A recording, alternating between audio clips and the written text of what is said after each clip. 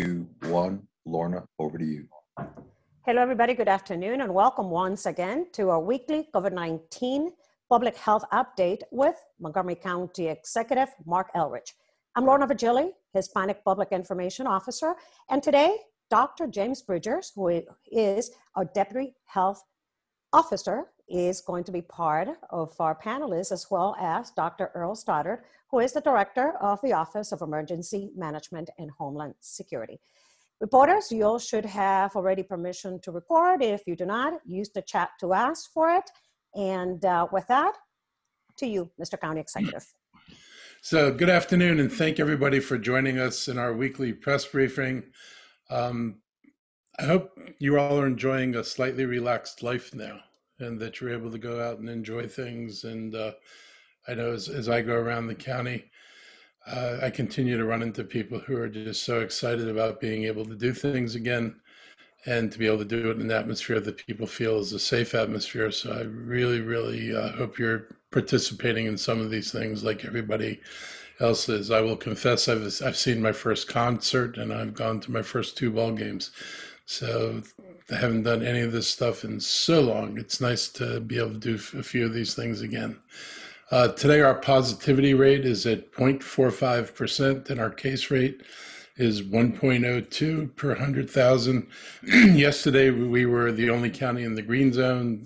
Today, I think Somerset's in the green zone. We're in the yellow zone because we're over 1 per 100,000, but 1 per 100,000 is a pretty astounding number. We were at 1.02. We saw 15 new cases yesterday. 60.9% of our residents have received both doses of Pfizer and Moderna or a single dose of J&J.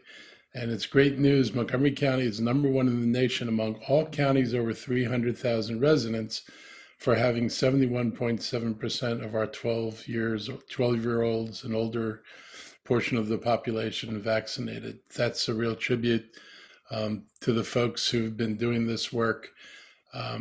I get to be, the chief administrator of this, but, it's really, hands off or hats off to the Health and Human Services Department, Dr. Gales, Dr. Bridgers, and all these teams, and all the community groups that we've partnered with to make sure we're able to get vaccines deeper into the community.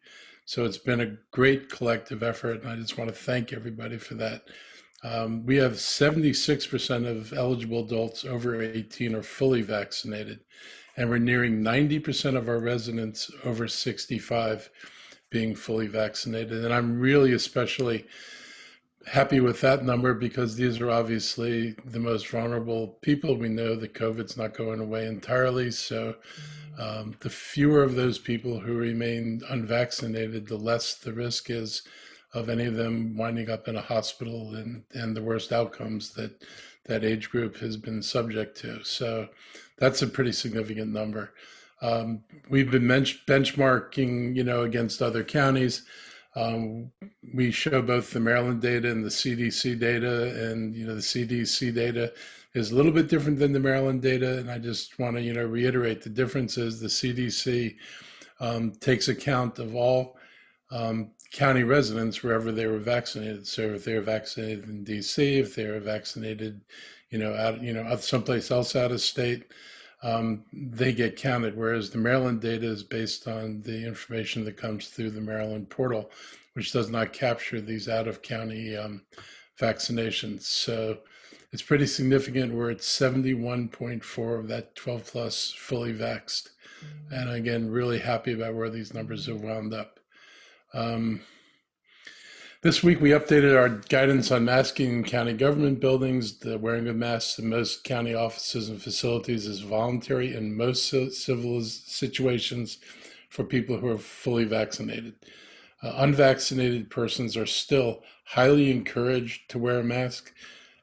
We know that there's no way of proving without doing things that we're not going to do, who's been vaccinated or not.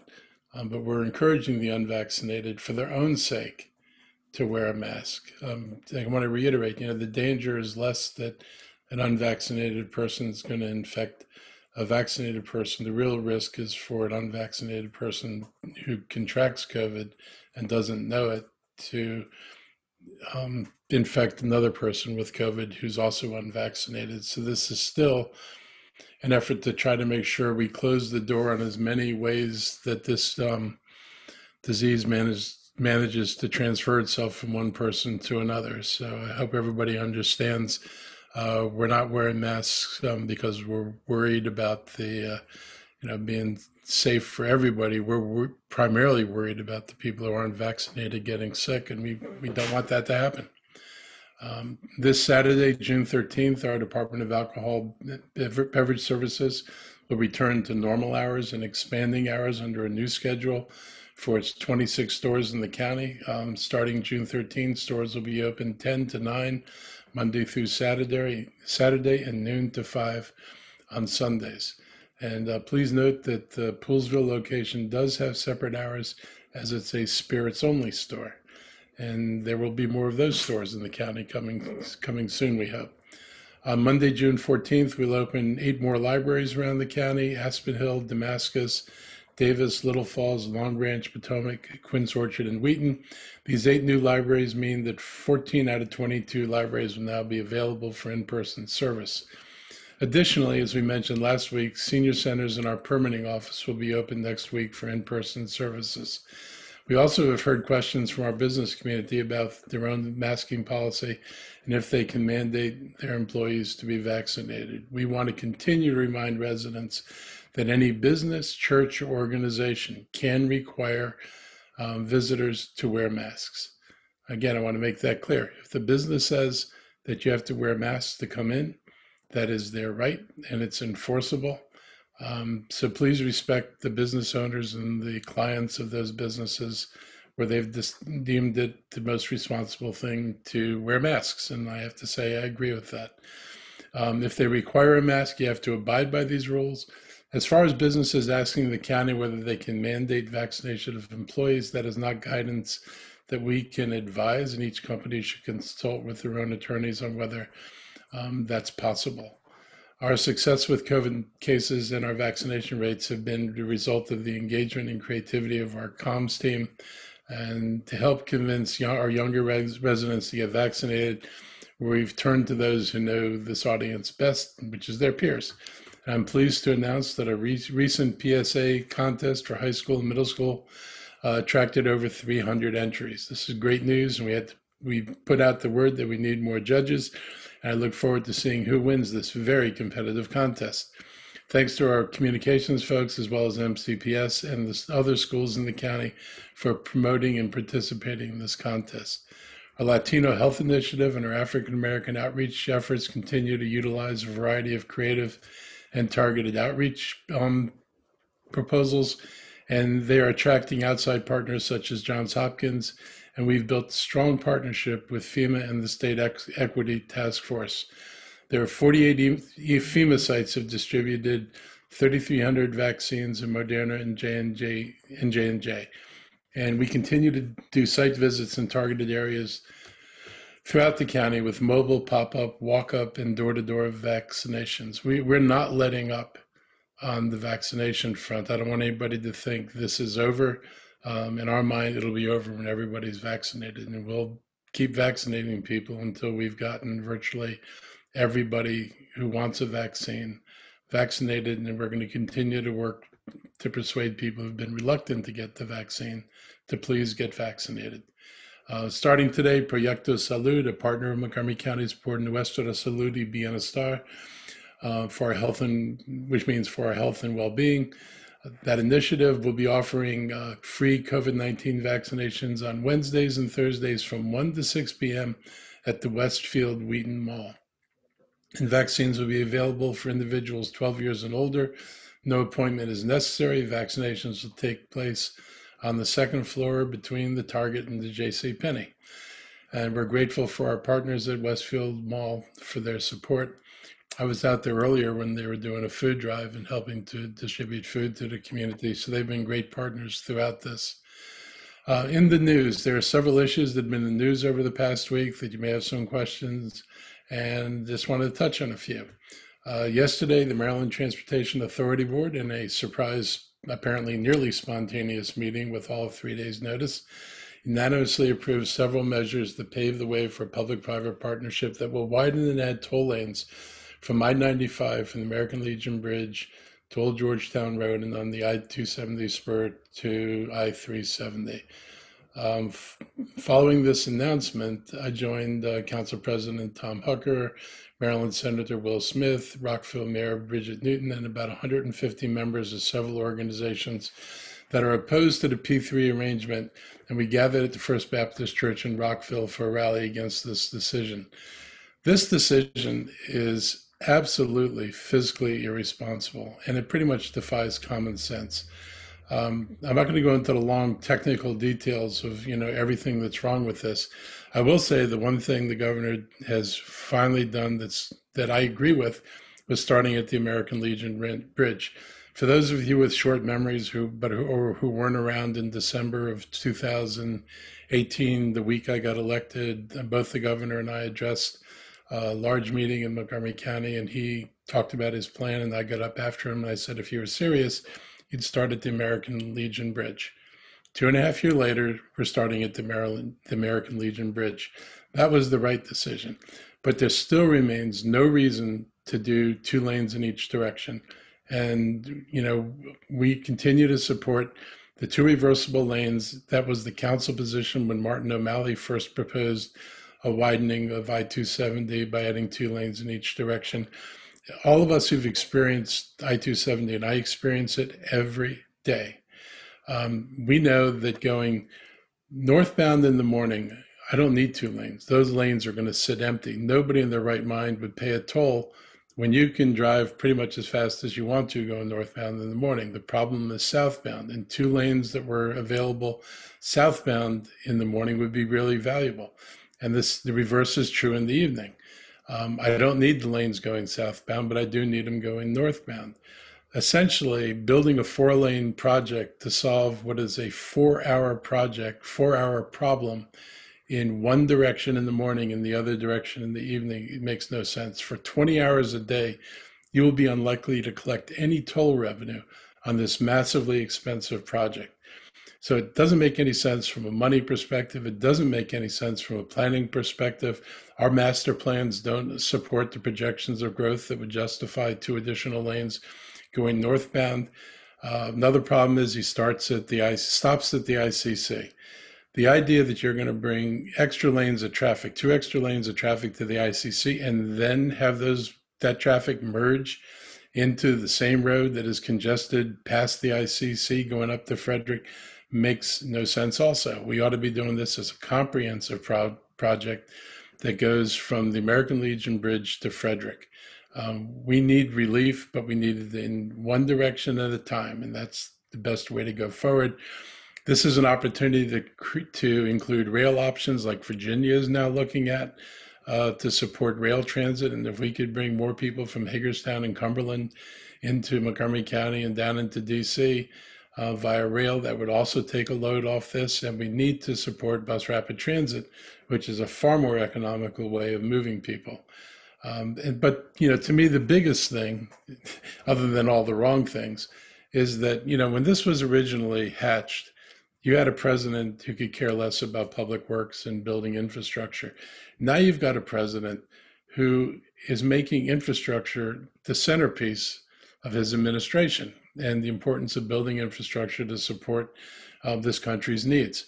The American Legion Bridge connects I-270 coming down from the north and from the west across that bridge around the Beltway to 95 South. It is a major interstate link. And that bridge is due for replacement or repair within 10 or 15 years anyway, even if we did nothing now. This is a perfect infrastructure project. And the idea that we would go forward on a P3, which is going to cost county residents and non-residents enormously and have major impacts on the community before we first go to the federal government and say, we have a perfect project for your infrastructure plan, is a serious mistake. And I don't know how somebody who wants to be a fiscal conservative figures out how to spend, state and resident money before they look to help from the federal government for the kind of project that they're likely to actually support. So we're going to continue to fight and to propose that we focus on, an outreach to the federal government and a formal application for funds for this project. On other news, today we announced the county successfully completed the sale of $46 million in revenue bonds to refund 2 series of outstanding alcohol beverage service bonds. And this sale saved the county 16% over the original cost of the bonds, which equals $8 million in savings. The proceeds from the bond will be used to refund bonds that were issued in 2011 and 2013, and they were used to finance and refinance acquisition, construction, and equipping of certain public facilities, including the ABS warehouse. This is really great news for Montgomery County, and I want to thank Mike Covey and the Department of Finance for their guidance. I also want to point out for any of the naysayers who say, well, anytime you refinance, you save money. What's different about this is the remaining term of the bonds is the same. This is not like you refinance the bond at a lower interest rate, but we also started the clock over again at a, say, 10 or 20-year period. This savings is over the remaining period of time that we would have been paying anyway. So we haven't extended the payments. These are actual real dollar savings, and it's a huge win for the county. We are laser focused on being good stewards of taxpayer money, whether it's the county budget or how we invest taxpayer dollars. Earlier this year, we once again received the AAA bond rating, and rating agencies commented on our strong physical management systems. And the bond sales, yet another example of my administration's effective management of finances of this county. As we look ahead to the rest of the week, we have 2 major events in progress with our life science and bioscience industries that I'm very excited with.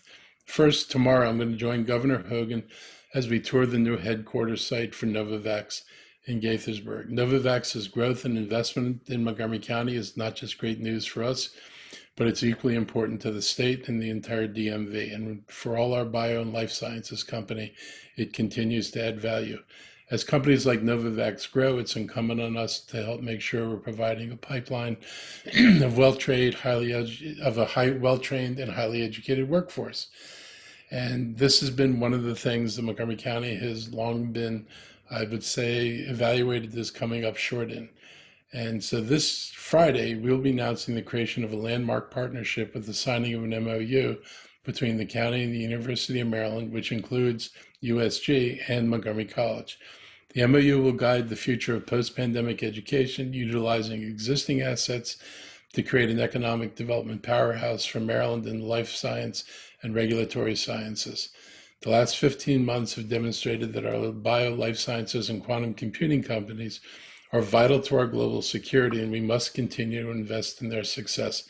As a county, it's imperative that we grow, provide this industries with workers and who have the skills and talents that they need to succeed. And so I hope you'll join us at the Universities of Shady Grove for this event and the press conference that'll come after it. I just want to emphasize, this is really important. You read all the stories about Montgomery County's sputtering economic growth and the fact that we've not been able to really create jobs for about 10 years now, if not a little bit longer. And that has been a long-standing problem. And we have not effectively addressed the reasons for why we're not getting the growth. We rezoned a lot of property, and that property sits vacant and unbuilt. The problem isn't the zoning problem. The problem is, what do you do to bring businesses, and what do you do to bring the underpinnings that are going to make a business want to come here? And you can zone all you want, but if people don't see in the county reasons to come to the county, they're still not going to come. And so we took a deep look at what the underlying problems were in this county, and particularly in industries that we consider to be critical industries. And this MOU and other work we're doing reflects the recognition of what we know we need to do if we're going to move forward. So before I turn it over to Dr. Gales and Dr. Stoddard for their updates, I also want to recognize some recent awards and honors earned by our county government departments. Montgomery County won 41 National Association of Counties Achievement Awards recently, including 2 Best in Category awards for the Senior Planet Montgomery Home Edition and for the COVID Corps. And the Montgomery County Department of Transportation has received the Technology Award from the Computing Technology Industry Association in the category of customer service. And finally, the Montgomery County Chamber of Commerce has nominated our Chief Procurement Officer and Director, Ash Shetty, as the 2021 Public Sector Partner of the Year, and he will be recognized at their annual awards tomorrow. And I want to congratulate all these employees for their hard work and to earn these accolades. And I want to call out Ash for his work in the Department of Procurement, where we have done major lifting to begin to change the reputation that Montgomery County has had over the years as a difficult place to do business and not an open place to do business. We are working overtime to make sure that we change that perception, because we know that perception is one of the weights that always hangs over the county as we're trying to attract people here. So it's great to see that the Chamber is recognizing the work that's being done. And I'll now turn it over to Dr. Gales and Dr. Stoddard. Hi, it's actually Dr. James Bridgers today. Thank you, Mr. County Executive. Go ahead, Dr. Bridgers.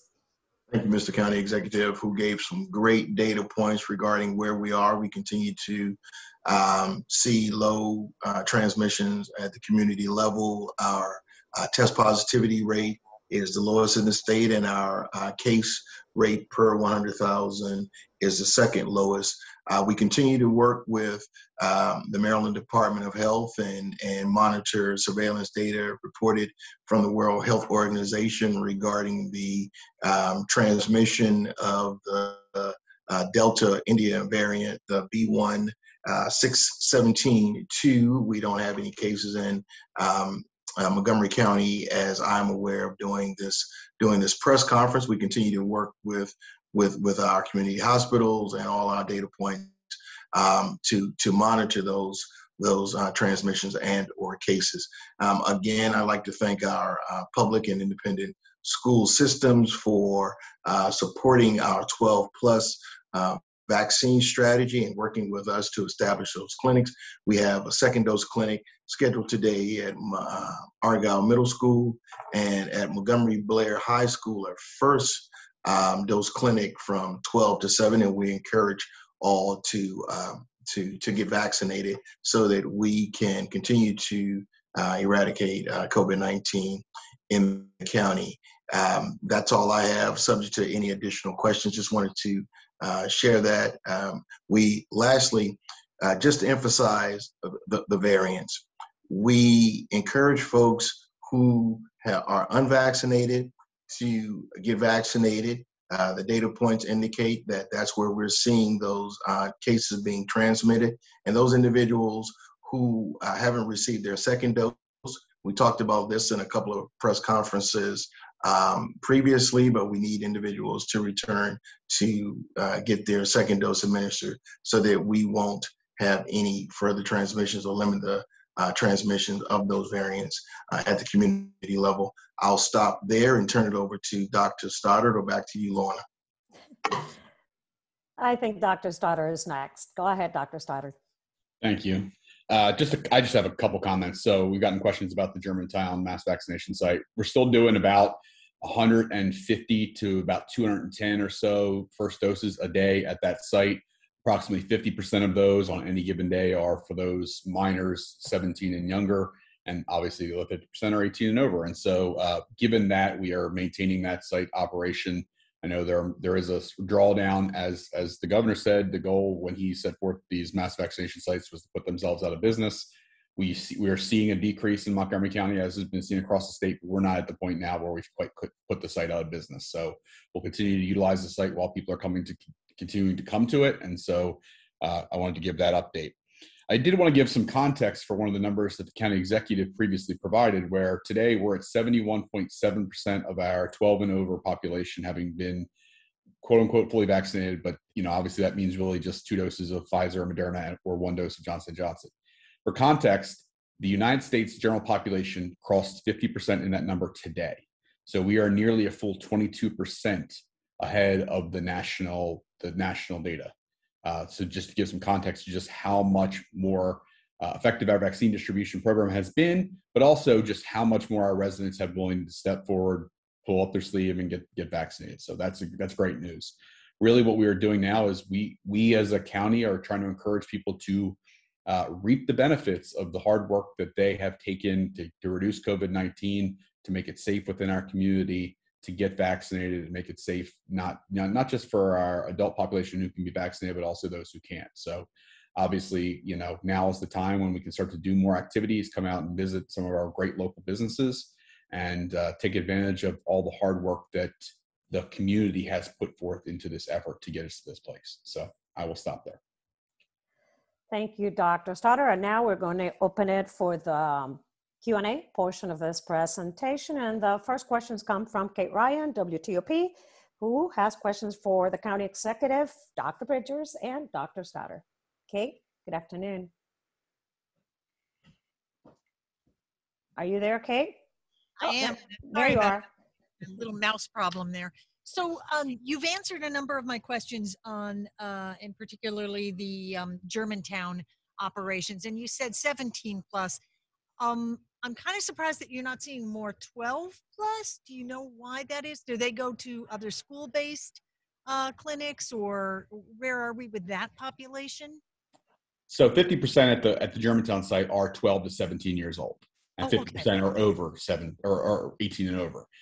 I mean, the reason why that's important is because we have talked, one of the things that the other mass vaccination sites have done is converted to Johnson & Johnson as a way to wind down the site activities.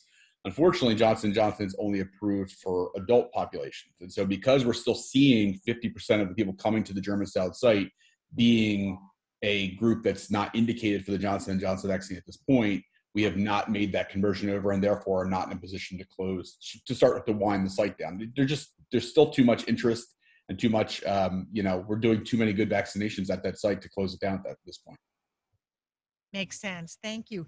And then in terms of the stats in the county, how far ahead are we when compared to other counties? And can you account for it? I know Howard County is either very close, neck and neck, or by one calculation, I think of theirs, ahead of Montgomery County. Can you address that?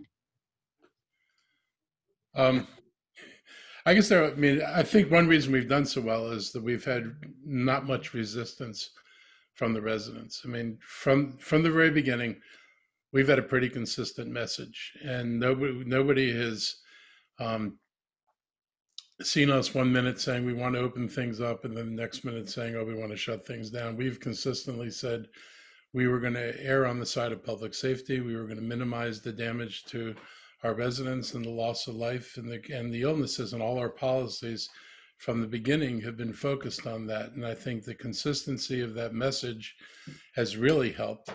And the fact that residents can see the results. So, if you were a county resident during the previous spikes, you would see the numbers that were going up in other counties, and you would look at Montgomery County, and it's like, we weren't doing that. And that's important because, we were the first one hit.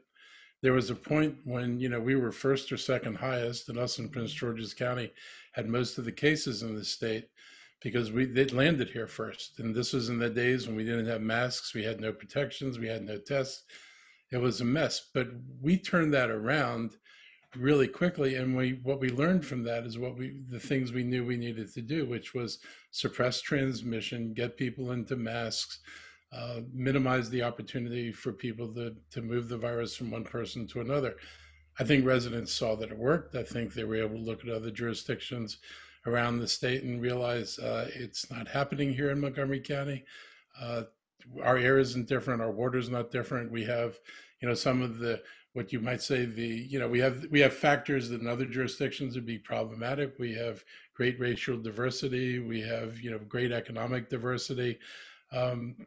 We are a poster child for reasons other people give for why they're not able to be successful. We were successful with all that. And I really do think it's the messaging, the comms work we've done, the consistency of what we've done. And, Howard County's a third our size, I think, and more rural. So, a lot of it is just basically, I think the messaging and the work people did here. Got it. If I may add to that, I think there's a one point I would add. Number one, we've got a very educated and engaged community, which obviously helps a ton. But I also do want to give some credit to the county executive because he pushed access and equity very, very early on. And I think that was one of the best things that we did, is really get invested in that and start the messaging process on getting people who are not necessarily as connected to government or the news cycles, and really trying to reach out to them very directly. And I think that played a huge role in where we've been very successful in reducing the gap, the racial and ethnic gaps that are being seen across the country. We started to focus on that very early on. Even when we had tons of people coming in, we knew that we were going to have this work on the back end. And so we started on that earlier. And I think that's helped us. That's why I think we're so far ahead of the national average in some of these vaccination rates, is that, number one, the population is hugely engaged for the most part. But then number two, where they weren't as engaged, we invested and focused early on trying to reach those populations. Got And it. just to add to that, as Dr. Stoddard and Mr. Elrich indicated, we included our minority health initiative partners. So we really got down at a grassroots community level. If you recall, when we had 30 test kits, Mr.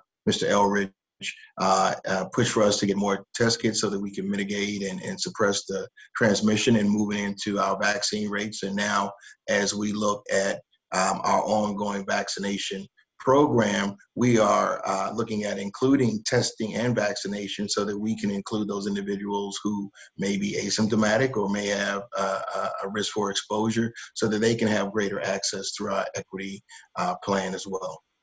Gotcha. Quick follow-up on the questions that you had about mask mandates by independent businesses. And Mr. Elrich, you've said very clearly that, look, businesses are within their rights on that. The question about if a business can mandate vaccination, I may be asking you a legal question. Do you know why they can they not do that? Or is the county not able to enable them to do that? I know it gets a little complicated. I mean, I couldn't enable anybody to do anything like that. That's beyond our magical powers here. There's a lot of stuff been written by lawyers about whether this is possible. My reading of most of the reports, including stuff in the Washington Business Journal, is that an employer could require it. Whether you would require it is, depends a lot on what your relationship is between the employer and the employees. But again, the county can't give that advice. But there are plenty of resources. All somebody's got to do is Google, can vaccines be vaccinated, and then look for somebody who's legitimate as a source. And I think most people can figure out who the legitimate people and who the illegitimate people are, and see what they have to say. But I don't think it's a bad thing, and I'm very supportive of places that require people to put their masks on when they come inside. And to follow up, Dr. Stoddard, I know early on you guys were out there working with businesses, some of whom didn't want to have their own employees, masked, et cetera, and resisted. Are you getting a lot of businesses now saying, please help us because we have signs up saying, look, we want masks on? Are they getting pushback from people, or are we more in a position of everyone kind of is really acclimated to this? What's the lay of the land? I think we're in a trend. There's an ebb and flow to this. I certainly think we have heard from the chambers, particularly, that some of the businesses wanted to maintain mask mandates for longer periods of time, and they wanted to make sure that the county was messaging that they were permitted to do so. And so we obviously have been very supportive of that, as the county executive said. So not so much from individual businesses, but more vocalized through chambers of commerce, not just the county chamber of commerce, but also the municipal and others that are representative of business groups have raised it as a concern, because they just want the businesses to be able to make their own individual choice based on the circumstances of their facility as to whether they want to maintain it or not. And so we have been supportive, as has the governor, of that being something that they can do. And so, I think that I think that what we're seeing now is, and we all see this even in our own personal lives, when we go to businesses, we kind of try and figure out, is this business requiring it or not? And, obviously the signage doesn't get changed immediately in some cases. And so there's just this transition period that's going on right now. And I think we're slowly seeing people starting to understand that there are many settings where you can wear a mask but aren't required to, and people are starting to feel more comfortable making that individual choice in various settings. And there are places where it's simply still required, and I think people are adapting to that as well. So I would say in Montgomery County, we have a lot of people who are going to wear face coverings for at least the foreseeable future because it's a choice. And obviously that's their choice to make. And I don't think there's a problem. Obviously people should not feel like they need to sit home and do nothing. And I think they should feel, again, they should feel comfortable reaping the benefits that we have all put so much effort into. I say the collective, all, not just government, everyone in the community has put in a lot of effort to get us where we're at now. And people should feel comfortable reaping the benefits of that, whether you choose to wear a face covering or not. Thank you very much. I appreciate it. Thank you, Kate. Next set of questions. It's coming from Steve Bonnell, Bethesda Beat. Steve. Good afternoon, everyone. More of a long-term questions here, but where are we at in terms of, I know we haven't had, God forbid, a lot of spread of the variants of the coronavirus, but I'm wondering what you've heard, Dr. Bridgers, Dr. Stoddard, on research for kind of vaccines to really tackle any variants that might pose a problem. I heard anecdotally that Novavax might actually be kind of leading the charge on this a little bit, but just wanted your insights on that, I guess, to start off. I'm happy to start, I guess. So most of the vaccines that have been tested, I think, have been very effective against just about all of the variants we've seen so far. I think the worst that we've seen performance, there is a reduction. I think Moderna came out and I believe confirmed that there is a reduction in efficacy against the 516 or 560, whatever the India variant is. 17.2. Yes. We don't like to use the country identifiers, but often those are the ones the most commonly quoted in the media. So remembering exactly the numbers is challenging. They really need a new way to term them. But I think that's the one variant where there has been some reduced efficacy. But even in that case, the vaccine's like 75% effective, which candidly is just about as effective as our annual flu vaccine is against the flu strains that are floating around. And so, I don't expect, we have not seen a true vaccine escape mutant that is, where there's been a wild reduction in vaccine efficacy. It is possible that as long as we have a pool of unvaccinated people, that there is going to be some selective pressure on the virus to try and escape the vaccine. There will be. We have not seen it. So obviously it's something that the collective scientific and medical community is monitoring. We're sort of paying attention to that data. It may not ever happen. So it's not like, there's no doom and gloom necessarily, but we just want to continue to monitor that. So, while we are reaping the benefits of what we've done so far, that doesn't mean we're going to stop being vigilant and paying attention to the information, the data that's coming out. I read the scientific journals and literature on a daily basis to try and make sure that we're staying up on just what's emerging around the world, because obviously we know in a very connected society such as we have, our first cases were literally from a riverboat trip in Egypt in Montgomery County. And so we know how connected we are in Montgomery County to the rest of the world. And so we're going to pay attention to what's going on around the world with these variants. Sure, Steve, and just to add to that, as Dr. Stoddard indicated, the best strategy now based on the surveillance and the data as we continue to monitor the variants and their lineage is to have those unvaccinated folks get vaccinated and those individuals to increase the efficacy of the vaccines to have their second dose so that they can become fully vaccinated 2 weeks after they receive their 2-dose or 1-dose vaccine. And so that's pretty much the push and what the scientists are encouraging. Just to clarify, though, about Novavax, because that's something I heard anecdotally. Are my comments about that unfounded? Because I think obviously Novavax has a local location. So just about, if them and other companies are kind of, now that we have 3 major players, for lack of a better phrase, if they're pivoting to, if a variant kind of takes hold, for lack of a better phrase, is that what you think's going on? I know that's kind of broad, but The answer is yes. All three of them are pivoting to, I mean, I think Pfizer and Moderna have already commented about boosters for their respective vaccines over the next, let's say 6 months or so. And they would largely focus on those additional variants that emerge. Because that really, you have to figure out which variants are going to be self-limiting, or which ones are going to, outcompete other variants, so that you really want to focus on those. And I do know Novavax is focusing on a joint influenza COVID-19 vaccination, which obviously could be utilized as a sort of a supplemental booster as we approach the end of summer, early fall, when we would normally give out the flu vaccine. So you can get a double boost, protecting you both against flu and also potentially the COVID-19 variants. And so that is something that they are working on. And I believe that they're reasonably close to being able to submit an emergency use authorization request to the FDA for.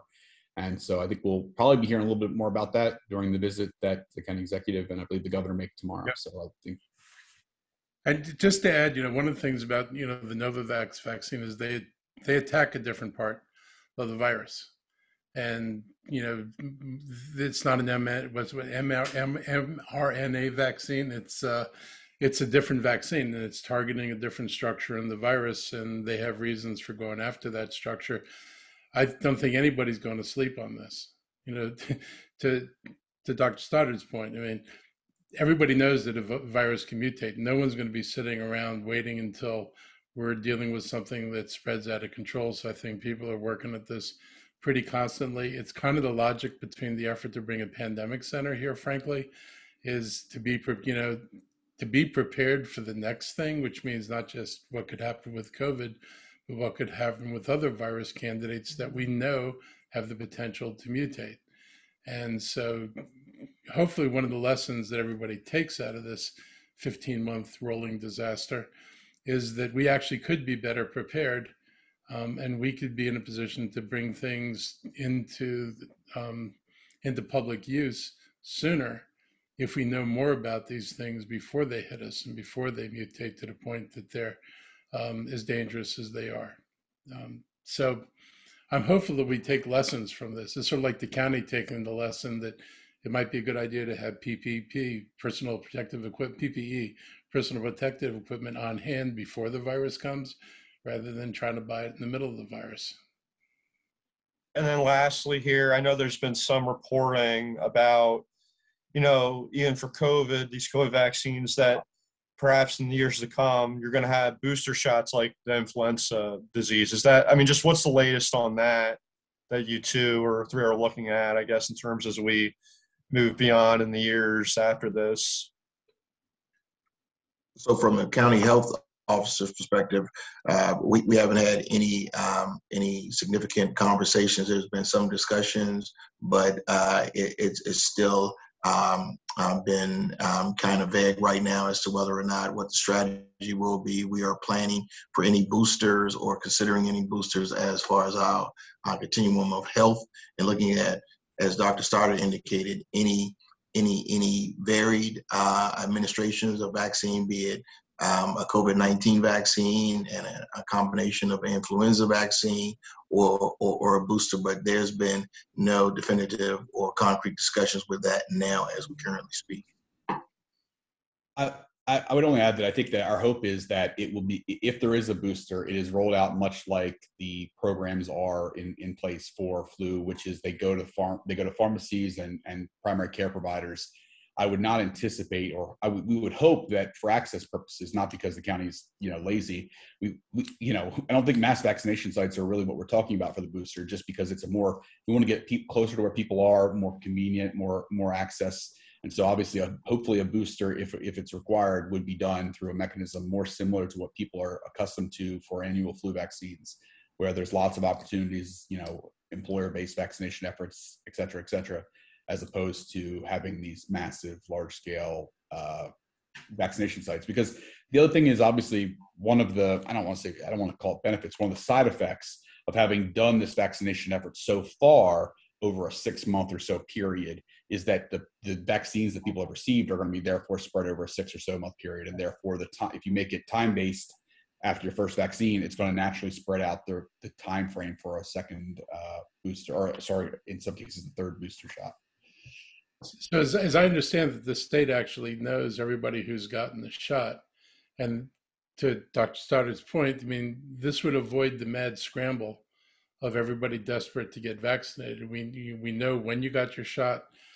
We can, project how many doses we need in the month of January, February, March, whatever the time period is that a person needs to get a booster, and we can do this in a rational, calm way, as long as we secure supplies and get them in place. And I'm hoping the state, works with us to make sure this can be put in place. This should not be a county by county effort, much as we had to do the vaccines the first time around. This really needs to be something driven by the state in making decisions about how many vaccines to acquire, when to acquire them, and make sure we notify people off the database about when you're going to be due for your booster shot. So we can do this a whole heck of a lot easier than we did this first round. Thank you, everyone. Thank you, Steve. I'm taking a look at the chat here. I do not see any more questions from members of the media. Reporters, going once, going twice. None? Can I take a question from Facebook? This is kind of interesting. When will we know if the 4th of July fireworks is happening? I don't think they are, because you have to buy fireworks long in advance.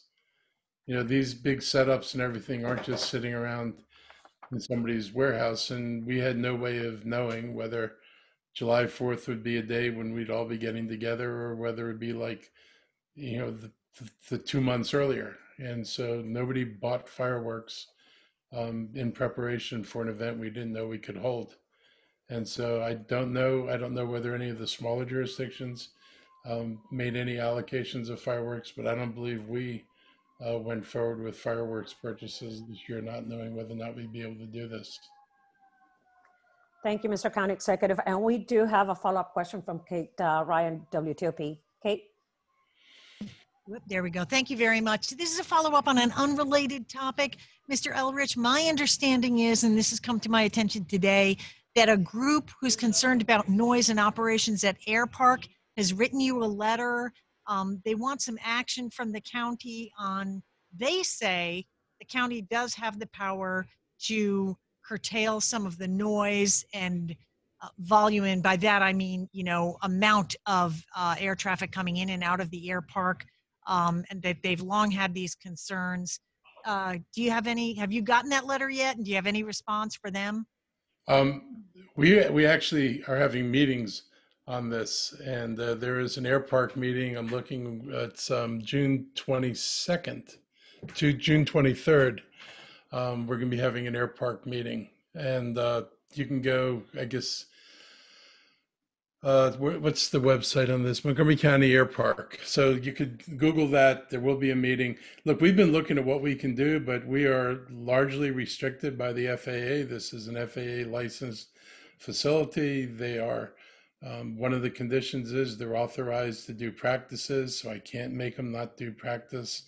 I'm not even sure I can limit, as the county, the number of flights that go in and out there, but there may be some things we can do. I mean, one concern that people have raised, and I think, needs to be, certainly enforced, is people following flight patterns.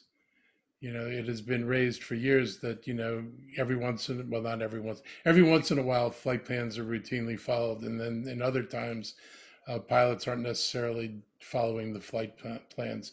So we're going to go into this again, figure out how much of this we can regulate. But we can't do anything that impairs the operation of the station, and we don't have authority over areas that are controlled by the Federal Aviation Administration. So we will look at it, and we'll do what we can do. Thank you. Thank you, Kate. Thank you, Mr. County Executive, Dr. Bridgers, and Dr. Stoddard. I think we're done for today. Thank you for joining us. Stay safe, and we'll see you again very soon. Have a great afternoon. Thank you. Thank you.